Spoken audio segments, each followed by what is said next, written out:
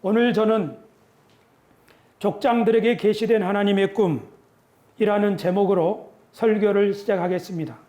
현충일이 되면 우리는 순국, 선열들에 대하여 묵념하는 시간을 갖습니다.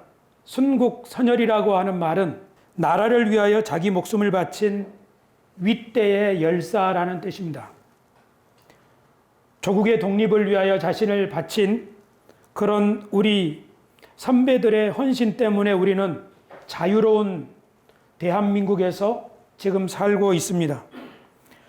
일제시대 때 그분들이 만주나 상하이, 하와이, 또 미국 이런 등지를 배회하면서 나라의 독립을 위하여 그토록 열심히 헌신했던 그 간절한 소원, 그것을 오늘 우리는 누리고 있습니다. 그뿐만 아니라 이 땅을 독재자들이 다스리던 시대에 이 나라의 언론, 출판, 자유 이런 그것이 억압받던 시절에 우리 국민의 기본권과 민주주의를 위하여 자신을 희생한 분들, 그런 민주화를 위하여 투쟁하신 분들의 헌신 덕분에 우리나라는 지금 아시아에서 민주주의의 성숙도가 가장 뛰어난 모범적인 국가라고 하는 칭송을 받고 있습니다. 특별히 최근 몇 달 동안 미얀마에서 일어나고 있는 많은 양민들의 학살 소식을 들을 때에 우리나라가 이렇게 자유로운 나라, 그리고 백성들의 주권이 존중되는 나라에 살고 있는 것이 얼마나 감사한지 모르겠습니다. 그때 당시에 붙들려서 감옥에 갇혀서 고문을 받던, 그러다가 돌아가신 그분들이 오늘 우리가 이렇게 자유로운 나라에 살고 있는 모습을 본다면 내가 고통당한 것이 결코 헛된 일이 아니었구나 하고 눈물을 흘릴지도 모르겠습니다. 우리의 소원은 통일이라는 노래가 있습니다. 우리가 먼 훗날 언젠가 우리 후손들이 남한과 북한이 통일이 되어서 열차를 타고 유라시아 대륙을 횡단하면서 야, 남한과 북한이 통일이 되니까 이렇게 좋구나 하고 그 통일조국, 그 세상을 누리게 될 때에 우리들이 꿈꾸던 세상을 그들이 누린다고 하는 그런 생각을 가지게 될 것입니다. 하지만 통일은 저절로 되는 것이 아니라 누군가 통일을 염원하고 계획하고 그것을 위해서 헌신한 사람들이 있어야만 우리에게 통일은 현실이 될 것입니다. 우리들은 조상들의 후손으로 태어나서 이 땅에서 살아가고 있습니다. 우리 조상들은 자기 시대에 가정을 위하여, 나라를 위하여 조금이라도 더 나은 세상을 후손들에게 물려주기 위하여 정말 애를 쓰고 수고를 하셨습니다. 그러므로 오늘 우리가 누리고 있는 이 자유와 번영은 우리 조상들의 수고와 헌신 위에 세워졌다는 사실을 우리는 한시도 잊어서는 안 되겠습니다. 1932년 심훈 선생님이라고 하시는 분이 시를 썼습니다. 나이 30살에 이런 시를 썼습니다. 그날이 오면은 삼각산이 일어나 더덩실 춤이라도 추고 한강물이 뒤집혀 용솟음칠 그날이 이 목숨이 끊기기 전에 와주기만 할 양이면 나는 밤하늘에 나르는 까마귀와 같이 종로의 인경을 머리로 들이받아 울리오리다. 두개골은 깨어져 산산조각이 나도 기뻐서 죽사옴에 오히려 무슨 한이 남으오리까. 그날이 와서 그날이 와서 육조 앞 넓은 길을 울며 뛰며 뒹굴어도 그래도 넘치는 기쁨에 가슴이 미어질 듯 하거든. 드는 칼로 이 몸의 가죽이라도 벗겨서 커다란 북을 만들어 들쳐매고는 여러분의 행렬의 앞장을 서오리다. 우렁찬 그 소리를 한 번이라도 듣기만 하면 그 자리에 거꾸러져 또 눈을 감겠소이다. 30살의 나이에 1930년 일제시대 때 이 시를 쓰고 36살의 나이로 돌아가셨습니다. 이분이 상록수라고 하는 소설을 쓴 심훈 선생입니다. 그러니까 일제시대 때 우리 선배들은 우리나라가 해방을 하고 독립을 얻은 그런 세상이 온다 하면 종로의 그 임경을 내 머리로 들이받아서 두개골이 깨져도 그 기쁨을 사람들에게 알리겠다고 하는 간절한 염원입니다. 그날이 오면이라고 하는 또 다른 노래가 있습니다. 이 노래는 1989년에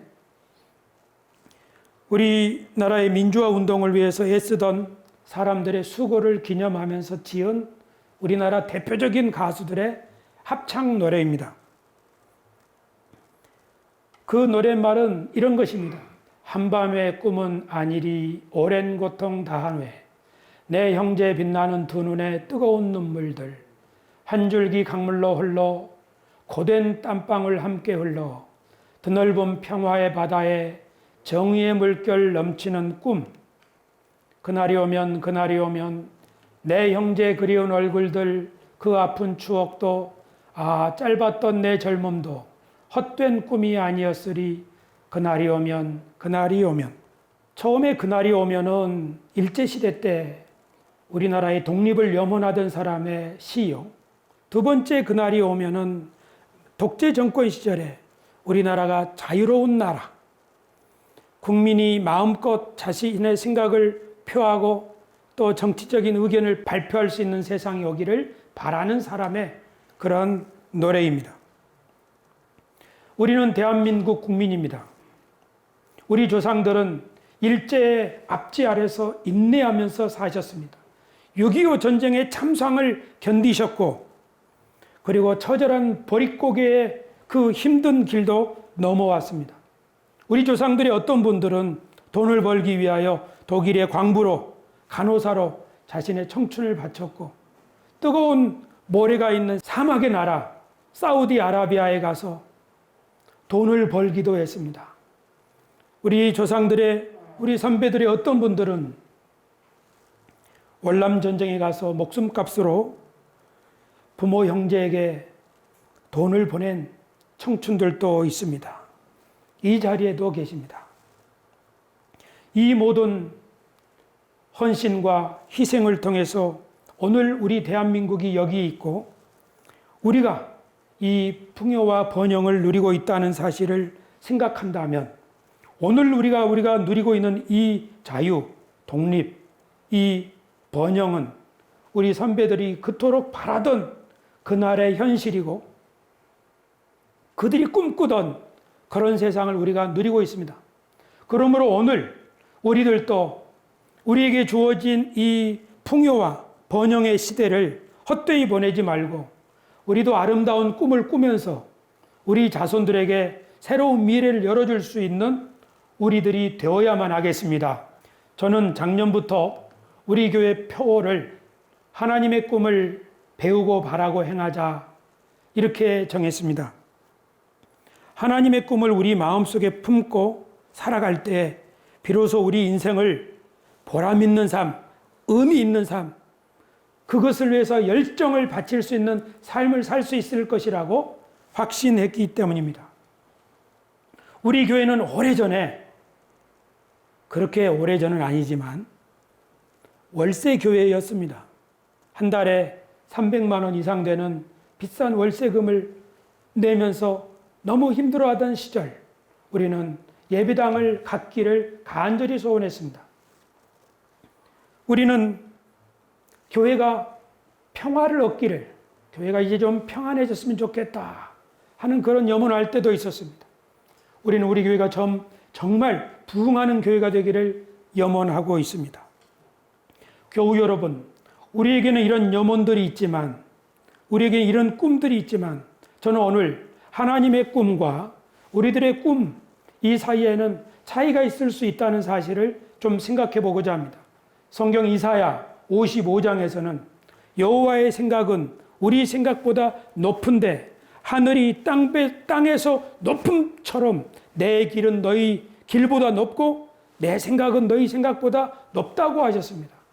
하나님께서는 예언자들을 통해서 사람들이 생각하는 그 생각이 때때로 하나님의 생각과 다르다고 하는 사실을 일깨워 주셨습니다. 그러므로 우리가 우리의 인생과 우리의 수고를 헛수고가 되지 않기 위해서는 하나님의 뜻, 하나님의 꿈이 무엇인지를 진지하게 탐구하고 또 하나님께 물으면서 그 바른 길을 찾기 위해서 노력해야 하는 이 구도의 삶을 멈추지 말아야 하겠습니다. 할렐루야. 어린이들이 즐겨 읽는 세계 명작 동화에는 이런 이야기가 있습니다. 세 가지 꿈이라는 동화인데요. 어떤 할아버지와 할머니가 살고 있었습니다. 할아버지는 나무꾼입니다. 이 두 부부는 가난했습니다. 어느 날 할아버지가 산에 나무하러 갔는데 도끼질을 하다가 요정을 죽일 뻔했는데 그 요정을 살려주었습니다. 요정이 너무 감사해서 할아버지가 원하는 무슨 소원이든지 세 가지 소원을 제가 들어드릴게요. 이 할아버지는 나무꾼은 요정이 자신한테 한 말을 귀에 담아두지 않고 그냥 그날 일 마치고 집에 돌아왔습니다. 저녁 때 와보니 부인이 또 감잣국을 끓여놓고 기다리고 있는 거죠. 맨날 먹는 감잣국. 이제는 소시지, 고기 좀 먹고 싶다. 그랬더니 식탁에 소시지가 불뚝 생기는 거예요. 할머니도 놀라고 할아버지도 놀라고 이게 웬일이냐? 할아버지가 낮에 요정의 약속을 생각하고 요정이 나한테 세 가지 소원을 들어준다고 그랬는데 진짜로 그렇게 된 것 같소. 했더니 이 부인이 아니 이 양반아 그 세 가지 소원이면 중요한 소원을 말해야지 겨우 소시지를 말했느냐고. 이 소시지를 누구 코에 붙일 거냐고. 당신 코에나 붙으면 좋겠다고. 그랬더니 그 순간 소시지가 할아버지 코에 탁 달라붙는 거예요. 소원을 2개 써버렸어요. 이제 소원 하나 남았지요. 그런데 할아버지 코에 지금 소시지가 덜렁덜렁 달라붙어 있는 거예요. 교우 여러분, 이 나머지 한 가지 소원을 여러분 어떻게 쓰시겠습니까? 부자가 되게 해주십시오. 여기 소시지가 덜렁덜렁 달려도 돈만 많으면 좋겠습니다. 이렇게 하겠습니까? 아니면 소시지 떼주세요. 정상인의 코로 살고 싶습니다. 이렇게 할 것입니까? 동화입니다. 오늘날처럼 성형 기술이 발달된 시대라면 우리가 한 가지 소원을 어떻게 쓸 수 있을지 우리는 상상해 볼 수 있습니다. 하지만 이 동화는 욕심 부리지 말고 불평을 멈춰라. 이런 교훈이 담겨 있는 동화라고 생각합니다. 저는 이 동화를 생각하면서 나는 평소에 무슨 소원을 가지고 살고 있는가? 나는 무슨 소원이 있는가? 그것을 한번 다시 생각해 보았습니다. 소원이라고 하면 어떤 분들은 건강하게 사는 것이 소원이다. 어떤 사람은 잠을 좀 푹 잘 수 있으면 좋겠다. 더 이상의 소원이 없겠다. 어떤 사람은 내 젊음을 다시 되찾고 싶은 사람도 있을 것입니다. 어떤 분들은 입에다가 내가 빨리 죽어야지 그런 말을 달고 사시는 분들도 있습니다. 어떤 젊은이들은 취업이나 결혼 이것이 정말 간절한 소원일 수도 있습니다. 어떤 분들은 돈을 많이 벌었으면 좋겠다.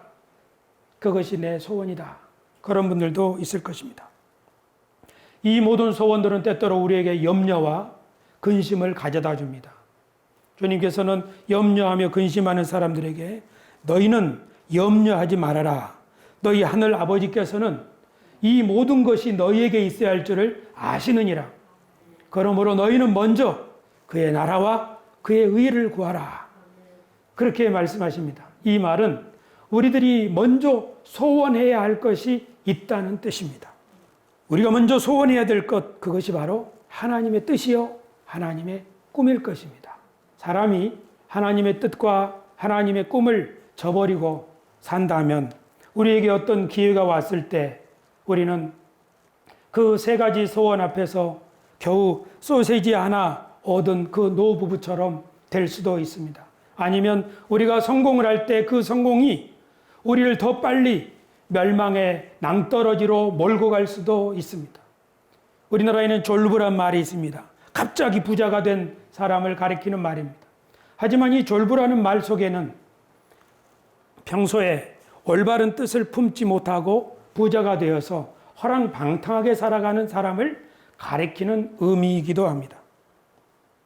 우리들이 그리스도인이라고 하는 것은 하나님의 꿈을 배우고 예수 그리스도를 본받으려 하기 때문에 우리를 그리스도인이라고 부르는 것입니다. 그러므로 우리들이 사는 날 동안에 하나님의 꿈을 배우고 그것이 이루어지기를 소원하며 사는 한, 그리고 그 일을 위해서 한 걸음 한 걸음 살아간다면 우리들은 어떤 처지에 있든지 우리들은 그리스도인으로서 부끄럽지 않는 삶을 살아갈 수가 있을 것입니다. 그러나 환경에 눌려서 눈에 보이는 것에 우리가 미혹되어서 산다면 우리는 우리 자신이 누구인지 모르고 이 세상에 취하여 살 수도 있다는 사실을 기억해야만 하겠습니다. 설교를 준비하면서 이런 글을 읽었습니다. 어떤 술 주정뱅이가 있었습니다. 오늘도 술을 많이 먹고 길에 쓰러져 있었습니다. 죽은 사람처럼요. 사람들이 그 길에 쓰러져 있는 술 주정뱅이를 데려다가 잘 씻기고 새 옷을 입혀서 귀족의 저택에 침대에 고이 누워주었습니다. 이 사람이 잠이 깨가지고 일어나자 그 옆에서 시중을 드는 사람들이 일어나셨냐고 귀족처럼 이렇게 모시니까 이 술주정뱅이가 잠에서 깨나가지고 이것이 뭔 일인가 이렇게 하다가 내가 원래 술주정뱅이였는데 지금 내가 귀족이 된 건지 아니면 내가 원래 귀족이었는데 술주정뱅이로 살았는지 헷갈렸다고 하는 이야기가 있습니다. 이 이야기는 미국의 철학가 에머슨이 쓴 이야기인데 그 글에 이런 이야기로 마무리를 했습니다. 에머슨이 말하기를 이 세상에서 인간은 일종의 술주정뱅이 상태에 있다. 하지만 깨어 일어나 정신을 차리면 자신이 진정한 귀족이라는 사실을 깨닫게 되는 것이다. 이것을 우리 하나님의 백성에게 비추어서 설명해 본다면 우리들은 하나님의 형상으로 지음받은 하나님의 자녀요, 하나님의 백성입니다. 그런데 이걸 잊어버리고 술주정뱅이처럼 노예처럼 그렇게 우상숭배하며 즉 눈에 보이는 것, 하나님이 아닌 것을 하나님으로 섬기며 사는 그런 취한 삶을 살아갈 수도 있다는 것입니다. 여기서 깨어나면 여기서 하나님의 은혜를 받고 여기서 하나님의 말씀을 깨닫고 아, 하나님이 나를 이런 존재로 지으셨고 이렇게 부르셨구나 하는 사실을 깨닫게 된다면 그것이 바로 그 사람이 거듭나는 순간이요. 그 사람이 하나님의 백성으로 새로 태어나는 자리인 줄로 믿습니다. 성경의 시편에 기록하기를 존귀하나 깨닫지 못하는 사람은 멸망하는 짐승과 같도다. 인간이 하나님의 형상으로 지음받은 존귀한 하나님과 같은 그런 존귀한 자인 사실을 믿으시기를 축원합니다.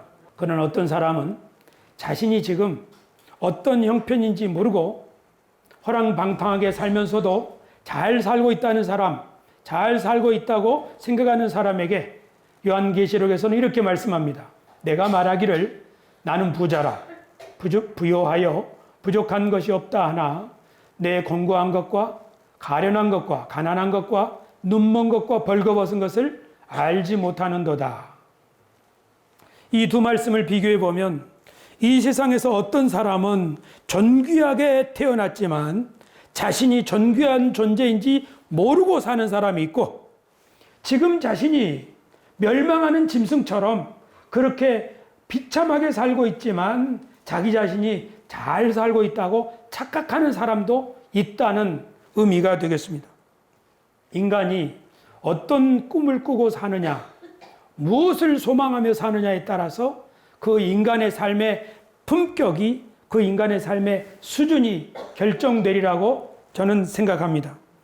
우리들이 하나님의 꿈을 배우고 하나님의 꿈이 이루어지기를 소망하면서 그 일을 위해서 한다면 우리들은 어디에 있든지 하나님의 대리인이요, 하나님의 영광과 형상으로 지음받은 축복의 사람인 줄로 믿습니다. 그렇게 살아가는 사람들은 우리 후손들에게 영광된 미래를, 빛나는 미래를 물려줄 수가 있을 것입니다.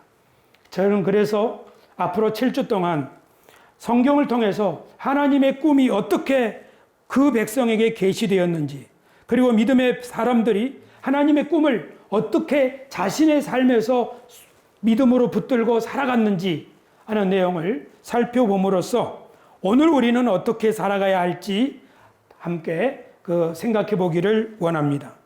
오늘은 그 첫 번째 시간으로 하나님의 꿈이 족장들에게 계시되었다. 하나님은 하나님의 꿈을 족장 아브라함에게 나타내 보여주셨습니다. 창세기 18장 17절로 19절 우리 같이 한번 읽겠습니다. 읽습니다.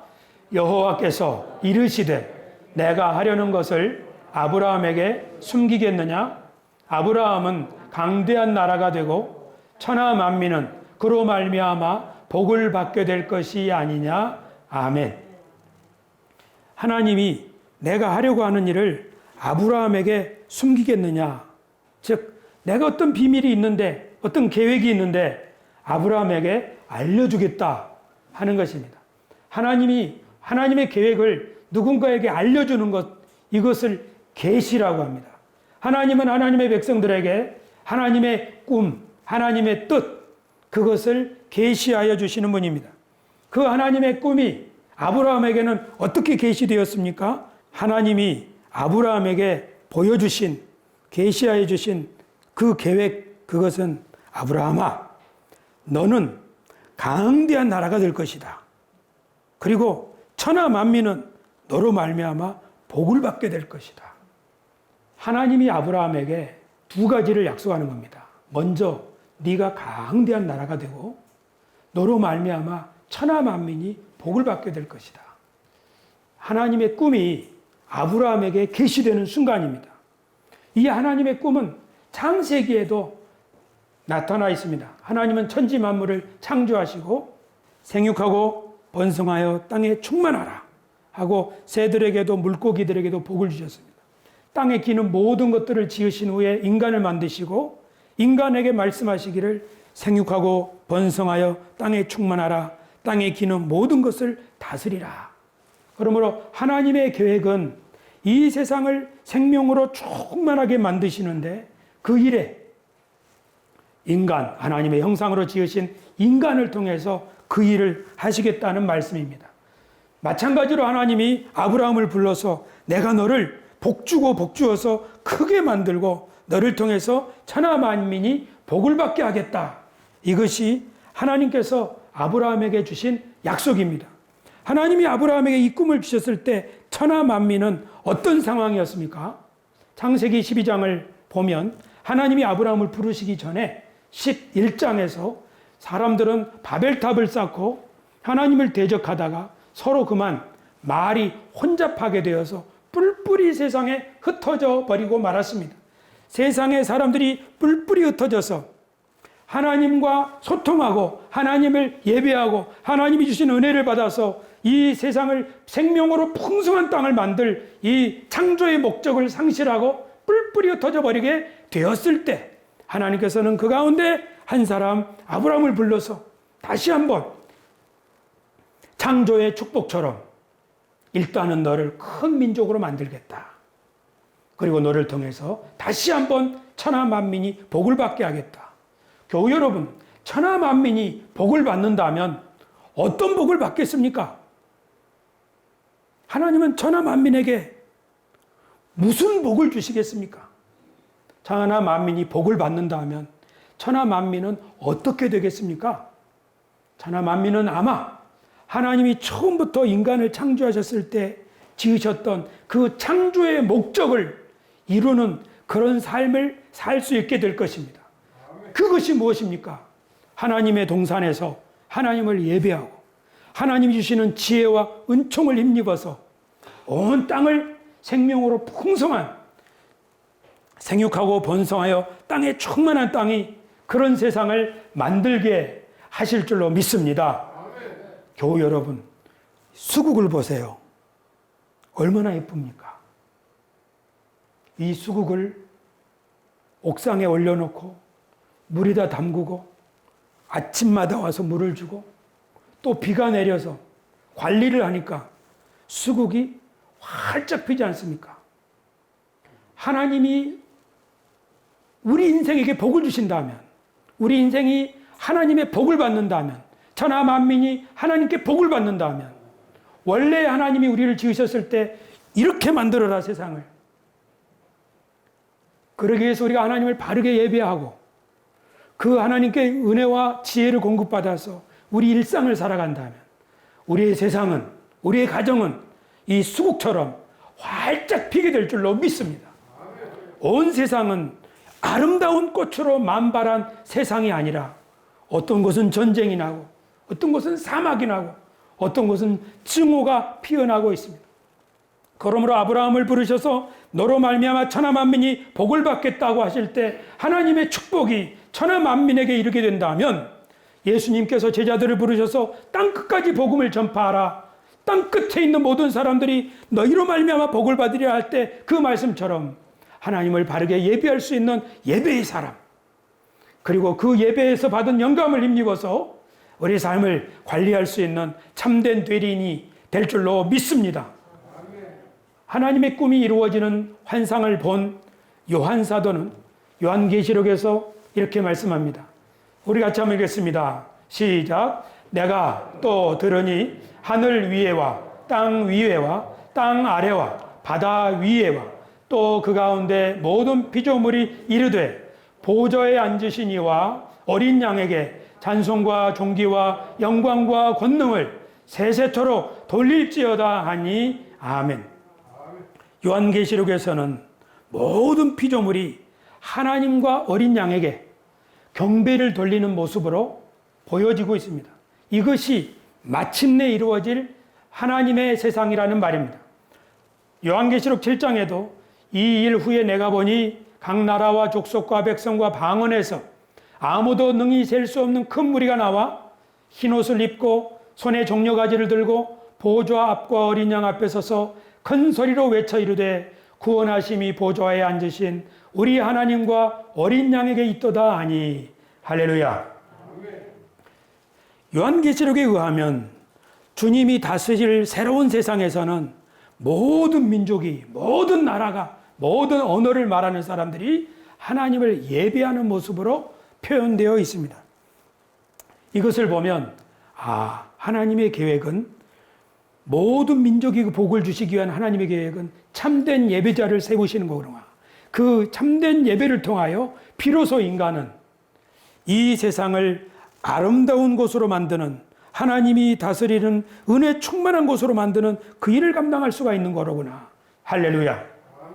이 자리에 참석하기 위하여 어떤 분들은 정말 애를 쓰신 분들도 계실 겁니다. 스케줄을 조정하고 시간을 정해서 이 자리에 참석한 분들도 있을 것입니다. 어떤 분들은 이 자리에 참석은 못했지만 멀리서 새소망 교회를 위해서 기도하고 있는 분들도 있을 줄로 믿습니다. 저는 하나님께 예배드리는 날을 손꼽아 기다리면서 제 청년 시절에 오늘은 수요일이지, 오늘은 금요일이지, 하나님께 가서 예배드려야지, 그렇게 하나님께 예배드리기를 정말 간절히 사모하고 사모했습니다. 하나님을 예배하는 그 마음 속에서 우리 인생은 이 세상을 바르게 살아갈 수 있는 힘을 얻게 될 줄로 믿습니다. 여기 계신 한 분 한 분은 다 이 자리에 참석하기 위하여 노력하고 애쓰신 분들입니다. 그러므로 여러분의 수고가 결코 헛되지 않을 줄을 믿으시기 축원합니다. 그러면 하나님의 꿈은 어떻게 이루어지겠습니까? 하나님의 꿈이 이루어지는 방식 18장 19절 말씀입니다. 내가 그로 그 자식과 권속에게 명하여 여호와의 도를 지켜 의와 공도를 행하게 하려고 그를 택하였나니 이는 나 여호와가 아브라함에게 대하여 말한 일을 이루려 함이니라. 아멘. 이 말씀을 잘 보시면 하나님이 아브라함을 택하시고 부르신 이유가 담겨 있습니다. 첫째, 내가 그로, 즉 아브라함에게 그 자식과 권속에게 명하여 여호와의 도를 지켜 의와 공도를 행하게 하려고, 즉 아브라함이 자기 자식들과 그 권속을 하나님의 도를 지키고 하나님의 의와 공도를 행하는 그런 모델 가문, 모델 공동체를 이끌 수 있는 지도자가 되게 하시려고 하나님이 아브라함을 부르셨다는 사실입니다. 그러므로 하나님의 꿈이 이루어지려면 한 사람이 자신의 공동체를 하나님의 뜻을 이룰 수 있는 모델 공동체의 지도자가 되도록 하나님이 세우신다는 말입니다. 할렐루야. 이 모델 공동체가 세워져야 하나님의 꿈이, 하나님의 뜻이 이루어질 수가 있습니다. 그러므로 우리들이 하나님께 부름을 받은 것은 단지 나 한 사람을 위함이 아니라 우리 가족과 가문을 위함입니다. 할렐루야. 여기에 계신 분들 가운데는 예수님을 믿고 나서 자기 가문을 주께로 인도하기 위하여 처절한 기도를 하신 분들이 있습니다. 그분들은 정말 이 아브라함의 축복을 받은 사람들입니다. 교우 여러분, 우리 가족 중에 아직 주님께 돌아오지 않은 사람들도 있을 것입니다. 하지만 이 사실을 기억하십시오. 하나님이 나를 부르신 것은 나를 통하여 우리 가족과 우리 식솔들을, 우리 권속이 다 하나님의 도를 지키는 그런 백성으로 삼는 일의 지도자로 삼기 위하여 부르셨다는 사실입니다.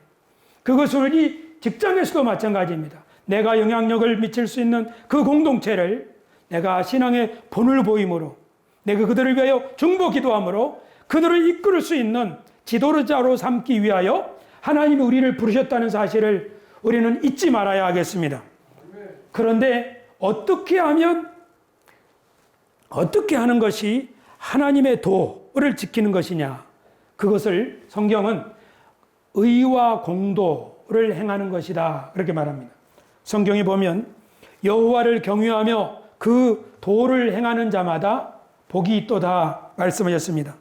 또 예레미야서에 보시면 자랑하는 자는 이것으로 자랑할지니 곧 명철하여 나를 아는 것과 나 여호와는 사랑과 정의와 공의를 땅에 행하는 자인 줄 깨닫는 것이라. 나는 이 일을 기뻐하노라. 여호와의 말씀이니라. 그러니까 우리 하나님의 백성들이 내가 하나님을 아는 것 때문에 감사하고 내가 믿는 하나님이 사랑과 정의와 공의를 이 땅에 행하시는 분이구나 하는 것을 깨닫고 사는 것입니다. 그러므로 우리들이 하나님의 대리인으로, 즉 아브라함의 축복을 받은 사람으로 살아간다는 것은 우리가 이 땅에서 하나님처럼 공의와 정의를 행하는 삶을 살아야 한다는 것을 알 수 있습니다. 공의와 정의를 행하는 것은 이사야 9장 7절에서 메시아께서도 공의와 정의를 행하시는 분이라고 말씀하십니다. 이 구절은 메시아 예언 구절로 알려져 있습니다. 그분은 그 정사와 평강의 더함이 무궁하며 또 다윗의 왕좌와 그의 나라에 군림하여 그 나라를 굳게 세우고 지금 이후로 영원히 정의와 공의로 그것을 보존하실 것이라. 만군의 여호와 열심히 이를 이루시리라. 즉 예수님께서 다스리는 세상 도 역시 정의와 공의로 다스리는 세상이라고 말하는 겁니다. 이 예레미야 22장에서는 정의와 공의를 행하는 것이 무엇인지를 이렇게 설명합니다. 우리 같이 한번 읽으실까요? 여호와께서 이와 같이 말씀하시되 너희가 정의와 공의를 행하여 탈취당한 자를 압박하는 자의 손에서 건지고 이방인과 고아와 과부를 압제하거나 학대하지 말며 이곳에서 무죄한 피를 흘리지 말라. 정의와 공의를 행한다는 것은 약한 사람을 돌보아주는 것을 의미합니다. 교우 여러분, 아브라함은 실제로 하나님의 뜻을 좇아 하나님의 도를 지키고 순종했습니다. 아브라함은 하나님의 말씀을 따라 고향을 떠났습니다. 아브라함은 하나님의 말씀을 따라 할례를 행했습니다. 아브라함은 하나님의 말씀을 따라 자기 아들을 하나님께 드렸습니다. 그리고 아브라함의 아들 이삭도 아버지처럼 하나님의 말씀을 따라 순종하고 아버지가 널랑은 하란 우리 고향으로 돌아가지 말아라 하는 아버지의 유언을 지켜서 자기 부인을 구할 때도 하란으로 돌아가지 않고 아버지의 뜻을 끝까지 순종을 했습니다. 이삭의 아들 야곱도 하나님의 뜻을 순종하여 베델에서 하나님께 소원을 드리고 라반의 집에서 성실히 일을 하면서 즉 정의와 공의를 행하면서 마침내 12아들을 낳아 한 가문을 이루는 축복을 받았습니다. 야곱의 아들 요셉도 애굽의 종으로 팔려갔지만 거기서 하나님 앞에 정직하고 진실되게 행함으로 보디발의 집에서든지 감옥에서든지 그리고 애굽의 국무총리로 지내면서도 하나님이 그와 함께 하심으로 그가 그 세상에 축복이 되는 이런 삶을 살았습니다. 아브라함의 가문을 한번 생각해 봅니다. 아브라함은 자기 아들 이삭에게 자기가 어떻게 고향을 떠났는지 이야기를 들려주었을 것입니다. 이삭은 자기 아들 야곱과 에서에게 할아버지 이야기 그리고 자신이 어떻게 믿음으로 순종했는지 그 이야기를 들려주었을 것입니다. 믿음의 가문의 자손들은 부모님이 어떻게 사셨는지를 보고 그것을 배웁니다. 오늘 교회에 오는 길에 이금숙 권사님에게 제가 부탁을 드렸습니다. 권사님, 손녀인 시우를 위해서 지금부터 글을 쓰십시오. 시우야, 할머니 할아버지는 어디에서 태어나서 어떻게 자라고 어떻게 믿음 생활을 했단다. 우리는 어떻게 자녀를 낳았고 어떻게 너희 부모를 양육을 했단다. 우리가 그 자녀들을 양육할 때 그리고 우리가 교회를 섬길 때 우리는 이렇게 눈물을 흘리며 기도했단다. 그리고 하나님이 우리의 기도를 이렇게 응답해 주셨단다. 이 이야기를 글로 남기셔야 합니다. 그래야 손녀가 성장해서 할머니, 할아버지에 대한 기억을 할 때, 우리 할머니는, 우리 할아버지는 이렇게 사셨구나 하는 것을 배우게 될 것이라고 그렇게 말씀드렸더니 이 권사님이 말씀하시기를 오늘 교회 오면서 제가 새로운 사명 하나를 받았습니다. 그렇게 말씀하셨습니다. 그렇게 하시게 되기를 바랍니다. 우리 모두는 우리 할아버지들이 어떻게 사셨는지 잘 모릅니다. 그렇지만 우리 모두는 우리 부모님들이 어떻게 사셨는지 대충은 이해하고 있습니다. 그런데 우리 자녀들도 오늘 우리가 어떻게 살고 있는지 그것을 보고 있습니다. 우리는 무엇을 위하여 눈물을 흘리고 우리는 무엇을 위하여 애달파하고 우리가 어떻게 하나님의 뜻을 좇으려고 살았는지 우리 자녀들은 그것을 지금 보고 있습니다. 마치 아브라함을 보았던 이삭처럼, 이삭을 보았던 야곱처럼, 야곱을 보았던 요셉처럼 말입니다. 그러나 에서와 같이 부모님의 뜻을 저버리는 사람들도 있고 롯처럼 하나님의 약속보다는 이 세상의 물질을 더 탐하는 사람도 있을 것입니다. 하지만 우리가 오늘 눈물을 흘리며 믿음으로 살고 하나님의 교회를 세우기 위하여 하나님이 나를 교회로 부르셔서 하나님의 모델 공동체를 세우게 하셨으니 내 헌신이 이 교회의 미래를 위한 밑거름이 될 것이다. 이런 기대를 하는 사람들은 마침내 그것을 보게 될 것이고 만약에 우리 세대가 그것을 못 본다면 우리 자손 세대가 일어나서 우리들이 교회를 위하여 흘린 눈물과 우리의 수고와 우리의 염원을 그들이 반드시 보게 될 줄로 믿습니다. 그날이 오면 그렇게 30대에 애절한 조국을 위한 시를 썼던 시문의 그날이 오늘 우리가 현실이 되고 그날이 오면 자유로운 인권이 존중되는 세상을 꿈꾸었던 투사들의 그날에 대한 염원이 오늘 우리가 누리고 있는 것처럼 오늘 우리가 하나님의 교회를 사랑하고 오늘 우리가 우리 가정이 하나님을 경외하는 예배의 가정, 하나님의 축복이 되는 아브라함의 가정, 그것이 되기 위하여 몸이 아픈데도, 일정이 바쁜데도 우리 마음을 다잡고 다잡아 하나님을 향했던 이 모든 수고와 이 모든 헌신들은 반드시 우리 자손들의 세대에서 헛되이 되지 아니하고 열매를 맺게 될 줄로 믿습니다. 교우 여러분, 우리가 이것을 잊어버린다면 우리는 단지 몸이 아픈 것과 우리는 단지 어떤 사람들보다 덜 가진 것 때문에 애달파할 수 있습니다. 그러나 우리가 이 하나님의 꿈을 잊어버리지 않는다면, 그리고 이 하나님의 꿈이 아브라함의 복이 그리스도 예수 안에서 우리에게 임할 줄을 오늘도 확신하고 그것이 이루어지게 해 주옵소서. 우리 세수만 교회를 위하여 기도하시기를 축복합니다. 우리 자손들을 위하여, 가문을 위하여 기도하시기를 축복합니다. 아직 이루어지지 않는 현실 때문에 낭망하지 말고, 내가 하나님 앞에 이와 같이 믿음으로 섰으니 저 자식 하나님이 붙잡아 주시옵소서. 우리 가문을 하나님이 세워 주시옵소서. 눈물로 기도하면 하나님이 반드시 아름다운 열매를 맺게 해주실 줄로 믿습니다. 지성이면 감천이라고 했습니다. 지극한 정성, 그것이 살아있는 사람의 특징입니다. 살아있으나 죽은 사람처럼 사는 것은 지극한 정성이 없는 사람입니다. 지극한 정성이 무엇입니까? 그것이 바로 하나님의 꿈이 나의 꿈이 되기를 바라는 것입니다. 우리나라가 그런 나라가 되기를 축복합니다. 우리 교회가 그런 축복된 교회가 되기를 우리가 다 같이 기도합시다. 특별히 교우 여러분, 여러분의 가정은 하나님이 그냥 여러분을 부르신 것이 아니라 하나님 우리를 저 멀리에서 불러서 오늘 이 자리에 이끄심은 우리를 향한 계획이 있다는 사실을 믿으시고 아브라함처럼 우리의 믿음의 길을 꿋꿋이 걸어간다면 반드시 하나님이 우리를 통하여 그 계획하신 바를 이루게 될 줄로 믿습니다. 이 염원을 가지고 오늘 우리 하나님을 예배하고 우리 삶으로 달려나가는 우리 모두가 되기를 주 예수님의 이름으로 축원합니다.